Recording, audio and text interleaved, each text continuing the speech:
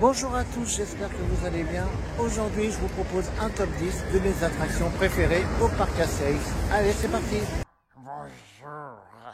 Un monde en couleur, c'est le bonheur. La vie se métamorphose pour que naisse enfin l'espoir. Il suffit d'ouvrir tes ailes, ton cœur alors trouvera la magie, les rires et la joie.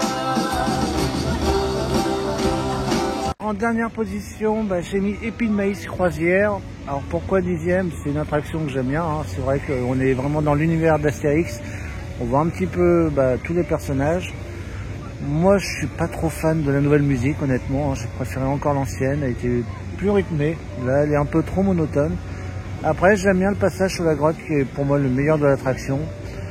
Je pense aussi qu'elle a un petit manque d'entretien. Bon, on a vu qu'ils ont fait des petits efforts, il y a eu des petits coups de peinture à gauche à droite.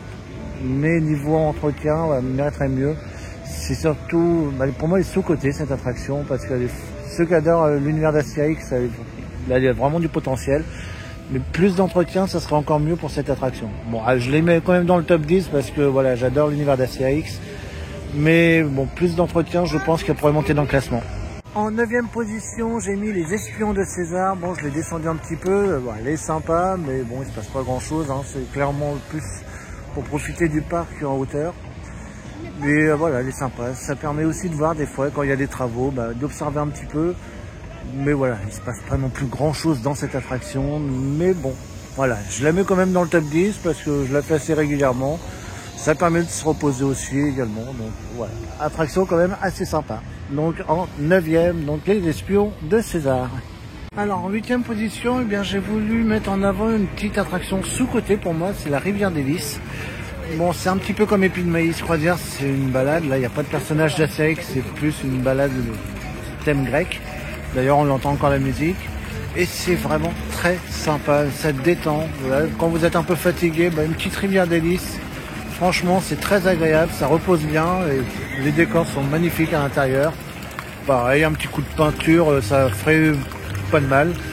Mais vraiment, attraction super agréable pour vous reposer un petit peu. Donc en 8e position, la Rivière des Lys, donc en zone grecque.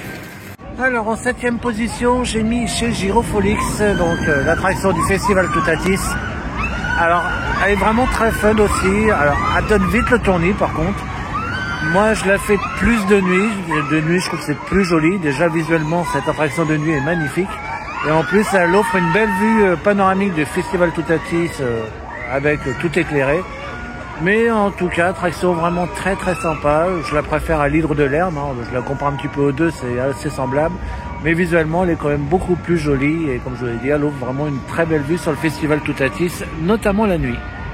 Alors en 6e position, j'ai mis la tour de numéro 10. Alors, pourquoi je la mets pas plus haut? Le problème, c'est la vue.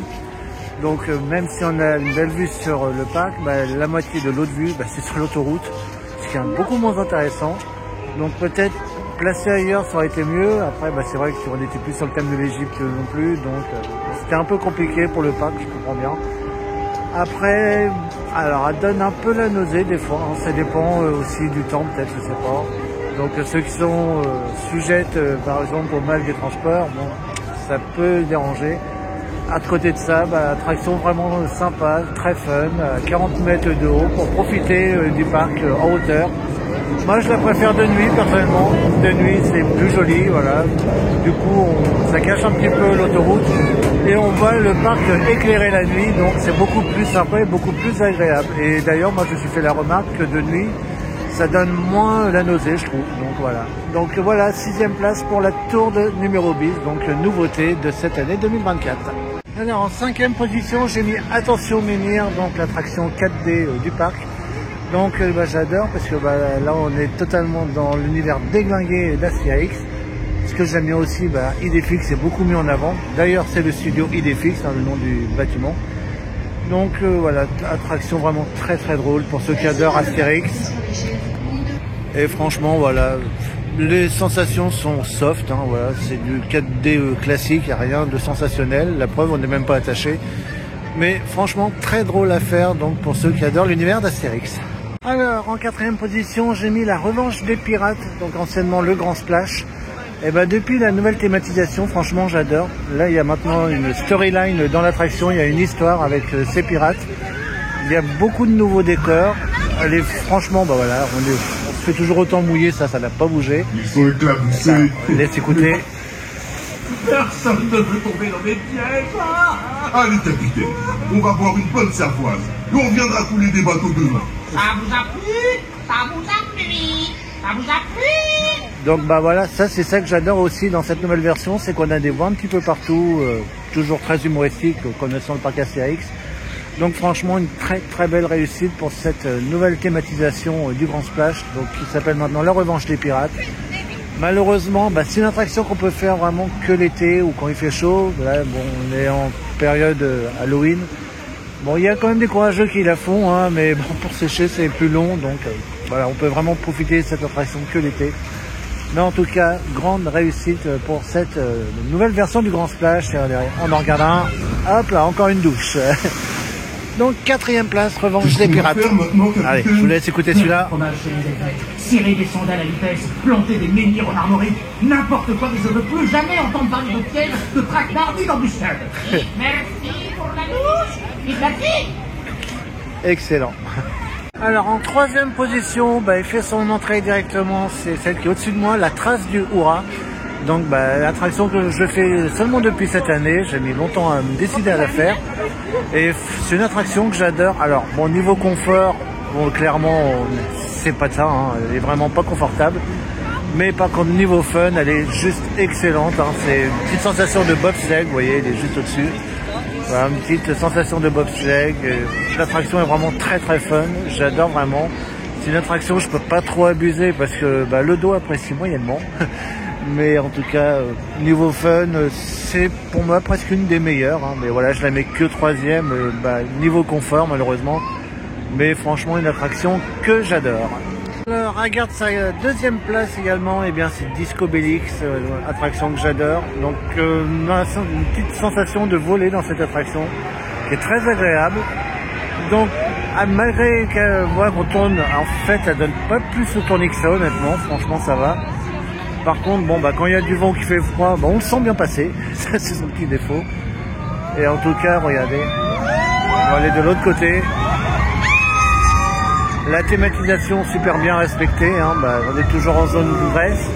Et elle correspond bien également à Obélix, hein, donc, qui lance le disque, qui s'arrête plus. Donc pour moi la thématisation est super bien respectée. Et puis comme je vous dis, moi ce que j'adore c'est vraiment cette sensation de voler dans cette attraction. Alors est-ce que la flamme va s'allumer? Hier elle fonctionnait pas, on va regarder.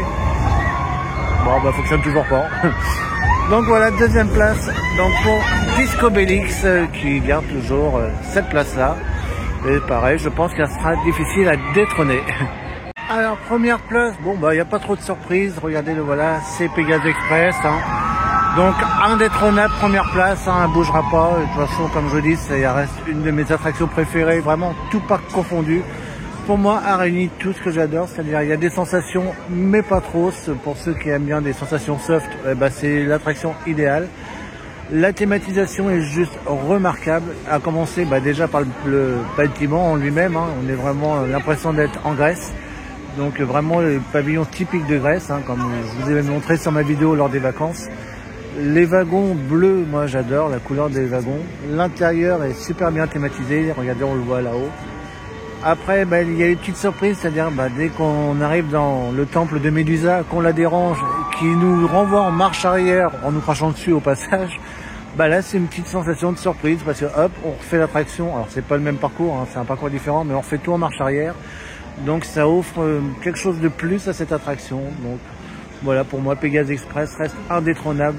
Je pense honnêtement qu'elle va être très difficile à battre à la première place ici. Regardez en plein. Donc voilà. Moi, ce qui me retient malheureusement, c'est les temps d'attente. Il y aurait moins de temps d'attente. Et bah, je pense que c'est une attraction, je crois, moins 50 fois par jour, honnêtement. Bon, peut-être pas 50 fois, mais bon, vous m'avez compris. Voilà, vous voyez, hein, là, il y a plus d'une heure d'attente. Mais il y aurait moins d'attente que ça, à mon avis. Je la ferais facile 5-6 fois par jour. Ouais. Mais voilà, première place, Pégase Express, hein, comme je vous l'ai dit, indétrônable au parc Astérix pour ma part. Alors, je fais comme le dernier coup, je la mets hors classement, bah, tout simplement parce que c'est une attraction que je fais pas. par contre, bah, niveau décor, thématisation et puis bah, la zone en elle-même, voilà, c'est pour ça que je mets Osiris hors classement, juste pour la beauté de ce lieu. C'est vraiment mon endroit préféré sur le parc. L'attraction, bah, j'espère qu'un jour elle va intégrer le classement. Hein. C'est une attraction que j'aimerais rien faire, mais bah, le problème c'est ici, le looping. Donc on va regarder un petit peu justement Osiris. En plus, comme concept de coaster, c'est assez rare, hein. On n'en a pas beaucoup, on a les pieds dans le vide. Regardez les plats.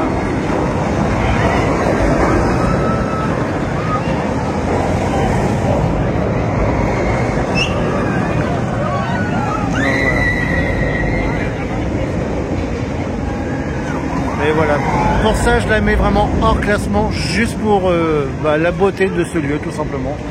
C'est, comme je vous l'ai dit, c'est vraiment mon land préféré sur le parc. Donc voilà pour mon top 10 vidéo. N'hésitez pas à me mettre en commentaire quelle est votre attraction préférée sur le parc Astérix. Moi en attendant, je vous fais à tous de gros bisous et on se donne rendez-vous très vite.